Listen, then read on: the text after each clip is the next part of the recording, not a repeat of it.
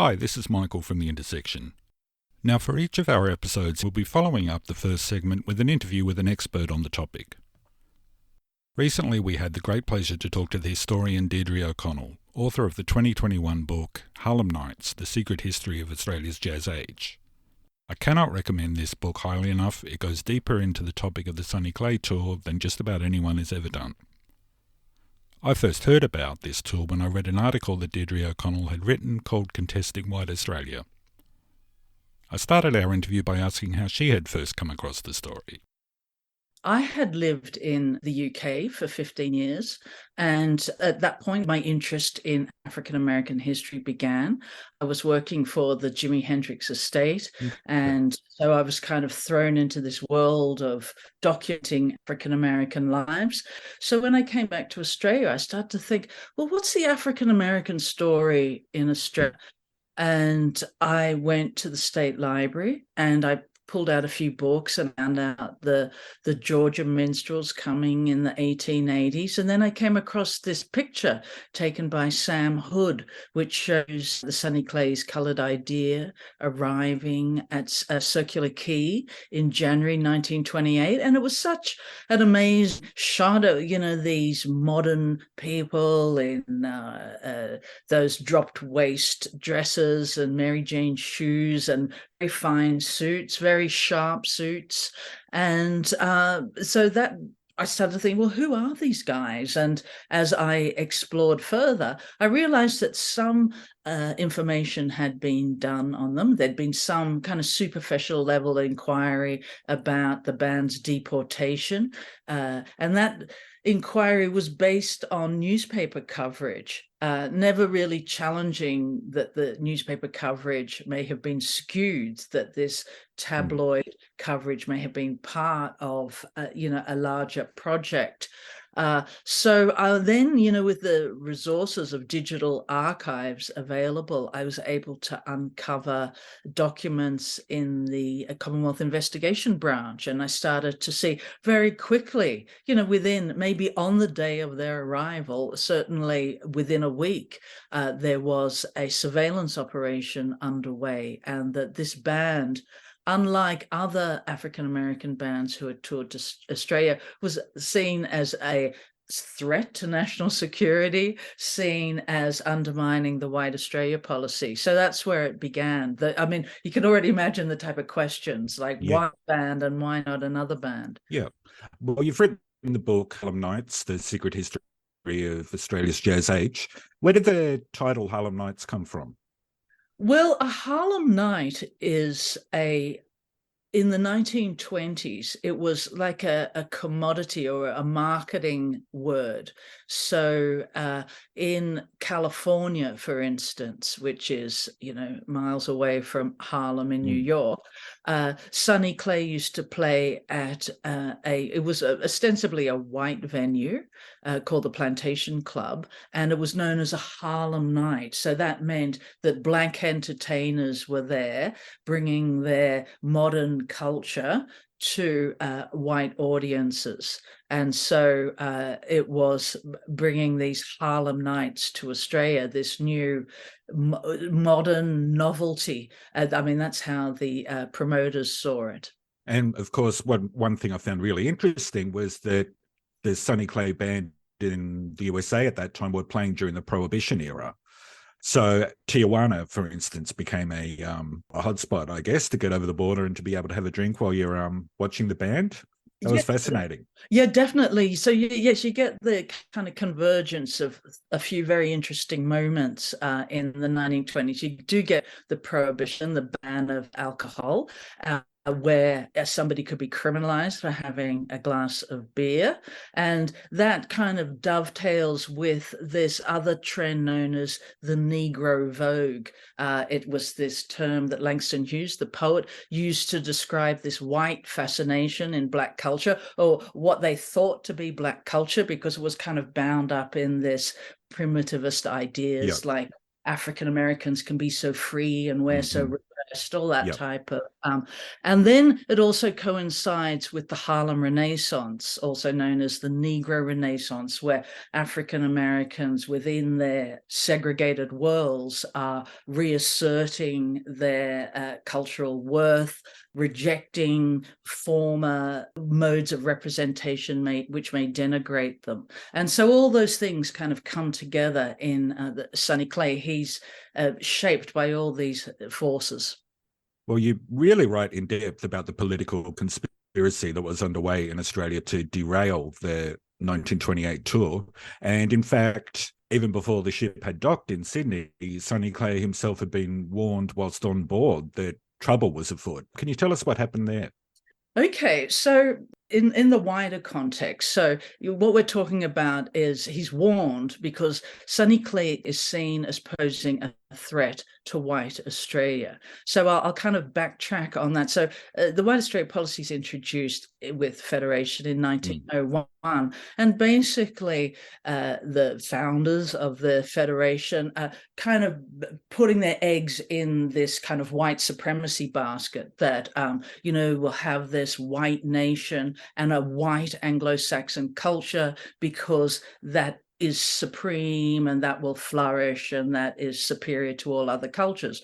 But the story of the 20th century is the story of the American century. And in many ways, it's the story of the African-American century of African-American cultural forms shaping American culture. And as America becomes this global superpower, they begin to export their cultural forms. And these forms are ragtime and jazz and rag dancing and jazz dancing. So you start to see this rise of, in popular culture, this kind of Africanization or negrification, as it was known as, of popular culture.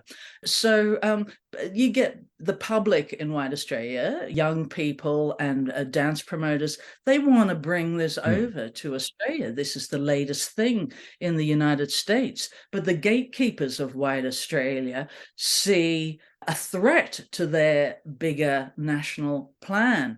And so this harks back. So, from 1923, the first dance promoters are attempting to bring in African-American jazz bands. Not, it's okay to bring in the old minstrel bands, the old bands that are recalling the plantation and the sunny South, but these kind of new bands, the so-called new Negro, the bands of the Harlem Renaissance, they have a confidence, they have an assertiveness. It creates a great deal of anxiety in the cultural gatekeepers here.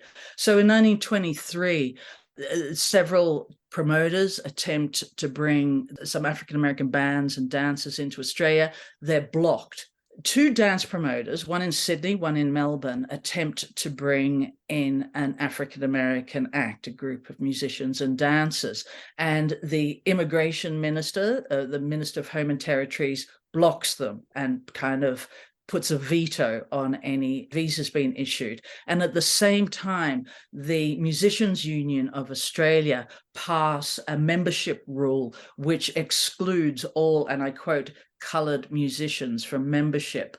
And so on that ground, on that basis, the Musicians Union are fully aware that Sonny Clay is coming over, but he's coming over not to play in dance halls, but to play on the vaudeville stage. So the promoters have found this clever way to circumvent these regulations, bring them over as coloured theatrical acts, as they write. And it falls into the purview of another union, circumvents the immigration vetoes. And so that's why he's threatened, because he's still bringing this kind of cultural idea into the country. And do you have any idea who made that warning for a man who was not even yet in the country, was just on the ship? Oh, who do I suspect? Well, okay, it could come from a number of sources. I mean, who would be in contact with the ship? I mean, people from the Customs Department, people from the Commonwealth Investigation Branch. I mean, they all have their offices down near Circular Quay, and they'd be in communication with radio officers. Whether I think it was members of the union, how would a radio officer have heard that information from a member of the union? Maybe, but more likely they heard that information from somebody in the customs office or the Commonwealth Investigation Branch. You said earlier that when you were researching, you were asking why was it this tour that got everyone so inflamed rather than other tours. Do you think it was the fact it was jazz, that it was dance music, that it was part of the Vogue that you mentioned that was happening in the US at the time? Yes, it's definitely an expression of African American culture that is about modernity. It's about looking forward. It's about here we are now, and this is where we're going. Where the types of musical forms that were acceptable to white Australia were those kind of nostalgic forms where of the minstrel show, where African Americans are looking back, or white people in blackface are looking back to this kind of lost era, which romanticizes slavery and the cabin by the river and the guy playing the banjo. I mean, all that type of story. Sonny Clay kind of draws a line between that mode of expression and this very forward-looking modern form of expression, and that kind of rubbed against the gatekeepers of white Australia. Their vision of the future didn't match. Yeah. Well, one of the players in the conspiracy is General Thomas Blamey, who is still considered one of Australia's all-time military figures. How was Blamey involved in this? Okay, well, Blamey was, he was a hero of the Western Front, and but he was also a passionate advocate of white Australia. He had this idea of the cornerstone of his defense policy was there was anxieties about Japan and the Pacific. So white Australia was the cornerstone of the defense policy he advanced. But then by the early 20s, he actually becomes the Victorian Police Commissioner, and he brings his heavy-handed, very autocratic military style to police. General Blamey is a very corrupt man as well. He may be held up as this hero, this kind of noble, valiant figure of Western Front, but he's got his fingers in prostitution, in gambling rackets. He's radically overturned the Victorian police, and there was a police union where he expelled many of those union members, and he promoted his plainclothes branch, and they were basically his henchmen, and they were the people who kind of executed his orders, went round collecting money, and in this instance helped him out. Well, what happens is that the Commonwealth Investigation Branch contact General Blamey when the Sonny Clay Orchestra go to Melbourne. The Commonwealth Investigation Branch say to Blamey, can you organize a raid? Can you create this moment that gives us an excuse, give us a reason, give us a moral charge by which we can deport the band? And what's happening with musicians since time immemorial, a lot of women like to dance. A lot of women, are curious and interested in the ideas and practices and the fashion and the charm of musicians. And the band, in a completely unexceptional way, had many female members of the audience kind of interested in befriending them. And because in this country like this, they tended to be white women. So this was a source of anxiety. These young white women being deeply impressed, hanging out, spending time with these black musicians.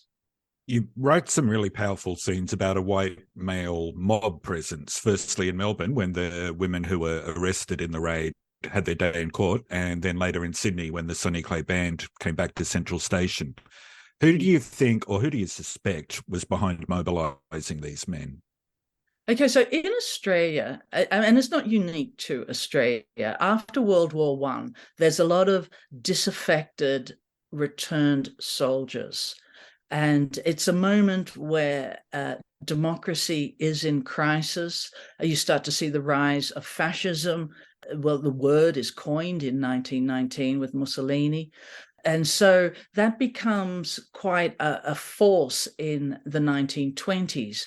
There's this perceived risk of communism, of a communist revolution. So you start to see in the military, in the Australian military, this idea that having these kind of militias on standby, they're not an official part of the military, but the military are fully aware of them, and they're on standby, and they're mainly made up of returned soldiers. They're recruited through returned soldiers leagues. And so in Melbourne, you have the White Army, and General Blamey, the police chief, is head of the White Army. So definitely he traverses that area of both being head of Victoria Police and head of this secret militia.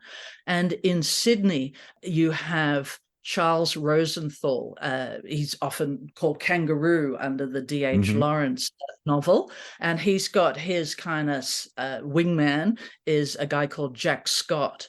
And Jack Scott is very, very close to the Commonwealth Investigation Branch. And so, who are all very anxious about these radical threats to law and order. And in the mind, they see the rise of communism as linked to this kind of this new assertiveness of non-white people. They see the two as overlapping. And so you get this instance where General Blamey uses his plainclothes officer to, raid, the most absurd, that raid is an absurdist word, but to trump up this event whereby 6 local white women are arrested on a charge of vagrancy. And when they go to court, there's 800 men outside the court, as if they've spontaneously gathered. But and then in another instance where their deportation is underway, and then there's another 200 men gathered at a central station. And so my question is, who are these guys? And it's very hard to find evidence about the White Army or the Guard, as they were known in New South Wales.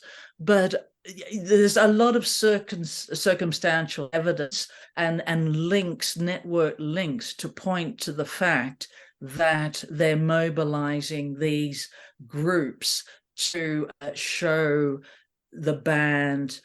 So they're basically policing the color line. They're not just anxious about communism, the threat of communism, but they're also policing the color line. And they often express their anxieties about the rise of the, and inverted commas, colored races.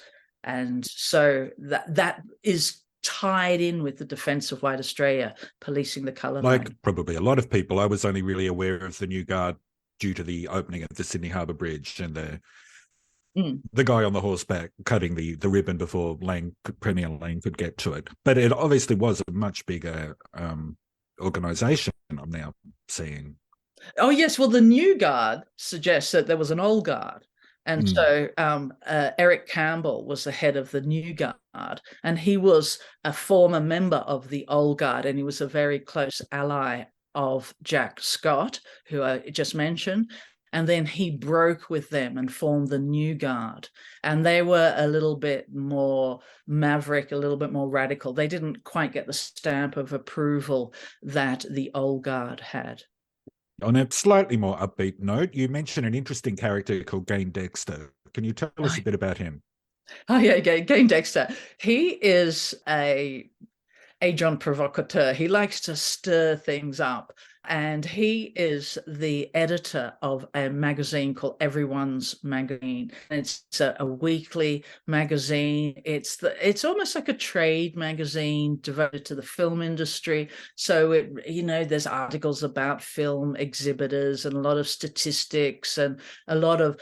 He's a very modern man, interested in new forms of marketing. He's a real Americanist. He loves Hollywood and things, and he's a great advocate of cosmopolitan life. He doesn't see racial purity as a form of cultural renewal. He thinks it's a bit of a dead end. And he points to places like Hollywood, where all the great filmmakers and actors of the world have gathered in Hollywood. He doesn't see it as an American institution, but a cosmopolitan institution. And he's saying that's what we want more of in Australia. And so he's super enthusiastic about the American modernity in all its forms, including African-American jazz. And so he is quite close to the people at the Tivoli, the marketing team at the Tivoli. It's quite a small world in Sydney at the time, and the connections with Melbourne as well. And he's down at the docks that day that Sonny Clay's boat comes in, and he actually forms quite a close friendship with Sonny Clay. They both like horse racing, and they spend a lot of time at Randwick Racecourse. They actually correspond with each other when Sonny Clay leaves. And when everything goes belly up for the band, where, after Blaney's policemen have staged the rage, after the trial, where the women are found innocent of the charge of vagrancy, yet the media kind of make this judgment of innocence into guilt. They say, well, why is it illegal for black men to mix with white women? How come there's no law against it?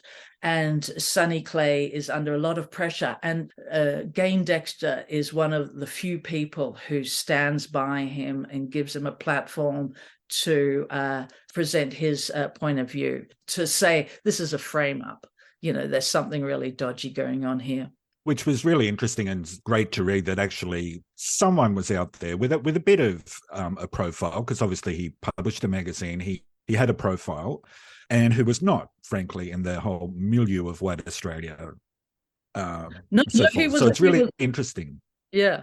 He was a man of great courage, and he actually loved a bit of controversy. He loved, all through, he'd always speak out against British quotas and say, in America, where it's at, the old, musty British Empire, let it fall, let it collapse. I mean, he had a long history of being controversial. He's quite a character. Yeah. And also, of course, the audiences. I mean, the show's sold out for weeks at a time in Sydney and Melbourne. So obviously the band was popular. The audiences were ready for it and were keen. Well, it's as though the media at that time just didn't cover the fact that actually this was popular. Who do you have a sense of who the audiences were? Were they mainly young people? I think that the enormous popularity of the show points to the incredible disconnect between the policymakers and what's happening on the ground. If you look at consumer demand as a measure of, support for white Australia, you can see there is this hunger for cosmopolitan modern influences. And then there are people in the entertainment world who are bringing them in. So who are the people actually showing up? Well, it's not like I found letters identifying individuals, but I can point to, like, for instance, there were a number of dance clubs. There was one down at the Bondi Pavilion, and they would do the Charleston and the Black Bottom and all the modern dances. And, across Sydney and Melbourne, there's a huge dance craze going on. And there's these waves of novelty dances coming through and big competitions taking place. So dance, people passionate about dancing, people kind of order in palais dance culture would have attended the shows, but at the shows they would have to sit down. They wouldn't be able to dance. Okay. And there was frustration. They wanted to dance to this music rather than sit down in a theatre. And then I think there was another group of kind of modernists, maybe modern artists, people interested in modern theatre, even people interested in symphonic forms of modernism. They were definitely part of it. So I'd say you kind of get the kids and then kind of a bohemian element as well. Mm-hmm. So Sonny Clay himself, by the time the tour ends, he's in his late 20s by this stage, goes back to the US. What happens with his career? So 1928, as we all know, is the year before the Depression, the Great Depression. But obviously, people in 1928 don't know that. And they know a recession is starting to bite. But so in 1929, Sonny Clay returns to a world of economic contraction. And that has a major impact on all workers, but it negatively and disproportionately impacts African Americans. So he's impacted by that. All Black musicians are impacted by that. And the second thing they're impacted by is the rise of talkie films, the improvement of sound technology. The two things kind of coincide in the same year. And so prior to that, you'd have like tens of thousands of musicians employed in cinemas. And, with the Depression and with the rise of talkie technology, there's a lot of unemployed technicians or musicians around. And the white guys are the ones who are unionized in America. The American Musicians Union is segregated, and the Black unions have a lower status of membership. So they're squeezed out, basically. So that's what happens to Sonny Clay. I mean, he manages to hold on for a little bit. He manages to hold on in a cabaret down in San Diego, which is offering another kind of Harlem Nights style review. But the opportunities of him get fewer and fewer. And also he develops, he's always been a drinker, but alcoholism starts to bite, and it really starts to undermine his career. But other members of his troupe go on to much greater things. Yeah, like Ivy Anderson. Yes, Ivy Anderson becomes the Duke Ellington singer. So she becomes an enormous star. And the Australian tour was a really kind of pivotal moment where she kind of transitioned as a comedian and a dancer into a singer. And then she just consolidates that position later in the Duke Ellington Orchestra. From the mid-1950s, this ban on African-American bands coming to Australia, thankfully, is lifted. And frankly, a lot of groups do start touring here through the late 50s onwards.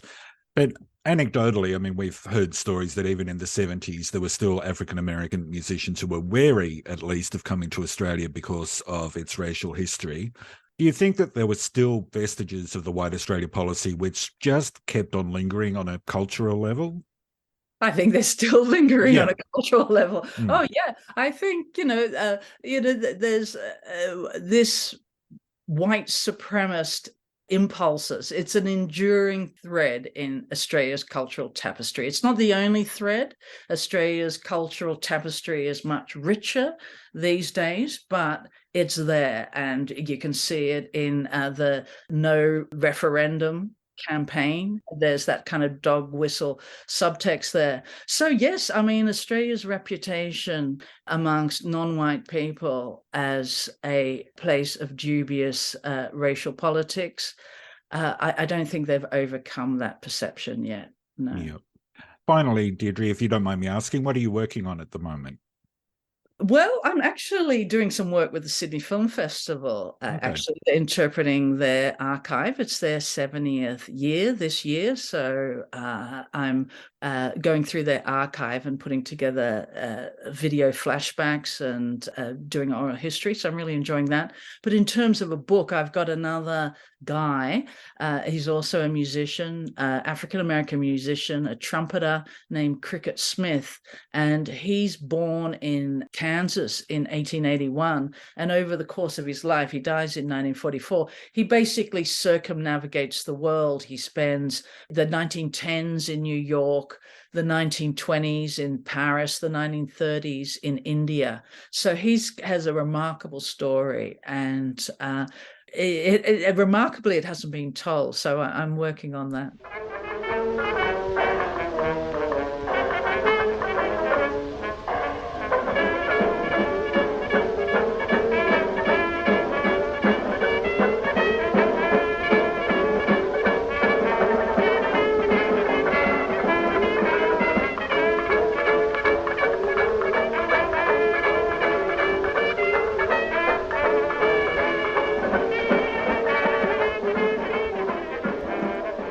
And that's a snippet of a track by Louis Mitchell's Jazz Kings, featuring the trumpeter Cricket Smith, who will be the subject of Deirdre O'Connell's next book. Thank you to Deirdre O'Connell for joining us. And thank you for listening to The Intersection. My name is Michael Fisher, production by Rob Marchenberg. We'd like to give special thanks to Eastside Radio, 89.7 FM. The Intersection was recorded on Gadigal land, sovereignty never ceded.